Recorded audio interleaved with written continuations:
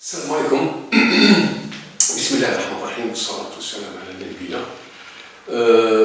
فوالا في التدرج تاع لو موديول soins neuronéphrologie. اليوم إن شاء الله donc aujourd'hui on va voir donc comme chapitre le quatrième chapitre le syndrome néphritique. Bon, le syndrome néphritique نعرفوا به donc on va voir la définition du syndrome néphritique. On va voir le diagnostic positif, on va voir la clinique, la biologie. Donc dans la biologie, on va voir la protéinurie et l'hématurie, d'accord, et ensuite la fonction rénale. Enfin, finalement, on verra le traitement.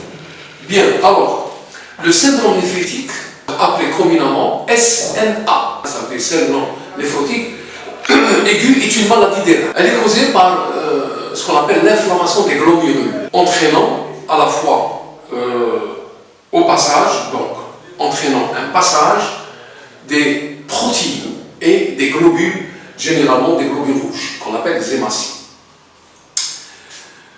Effectivement, du sang, et du sang dans les urines. Une poussée, en même temps, une poussée d'hypertension artérielle, et souvent une insuffisance rénale aiguë. Par définition, le syndrome néphritique, d'accord, se caractérise par ces facteurs. On ira voir le diagnostic positif. Alors, le diagnostic positif, c'est l'apparition brusque et à peu près simultanée de tous les éléments du syndrome glomérulaire. Parfois, l'apparition du syndrome néphritique aigu qui a été précédé par ce qu'on appelle une épisode infection ou d'un épisode infection. C'est parfois la classique angine streptococcique.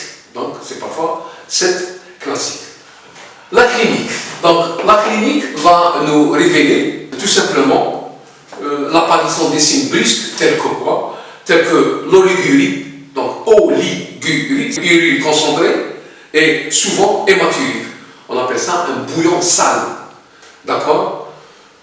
Dans la clinique aussi, on verra un œdème ou des œdèmes infiltrant le matin les paupières, et généralement le soir les chevilles. Donc, cet œdème, cette infiltration va concerner le matin les paupières et l'après-midi les chevilles. Puis, devenant rapidement diffus, donc cette apparition devenant rapidement diffus, pouvant même s'étendre aux séreuses, donc tout ce qui est concernant donc, les cavités séreuses, et en particulier donc l'œdème pulmonaire. D'accord? Il est très rare, c'est vrai, mais possible. Enfin, ce syndrome œdémateux, donc œdémateux, est accompagné bien sûr d'une prise de poids. Bien sûr que ce malade, avec ses œdèmes, va prendre du poids de plusieurs kilogrammes. Évidemment et incontestablement, l'hypertension artérielle est variable. Ensuite, on ira voir dans la biologie la protéinurie. Alors, protéinurie. La protéinurie est habituellement abondante, de plusieurs grammes par 24 heures. Un syndrome néphrotique transitoire peut même survenir. Aussi, cette protéinurie est non sélective à ce qu'on appelle l'électrophorèse. Elle n'est pas sélective à l'électrophorèse. On verra dans la biologie l'hématurie. Alors, l'hématurie, elle est constante au moins en microscopie. Le sédiment urinaire contenant plus de 10 fois 5 hématies, c'est-à-dire par millilitre, quand je dis hématie, globules rouges. Et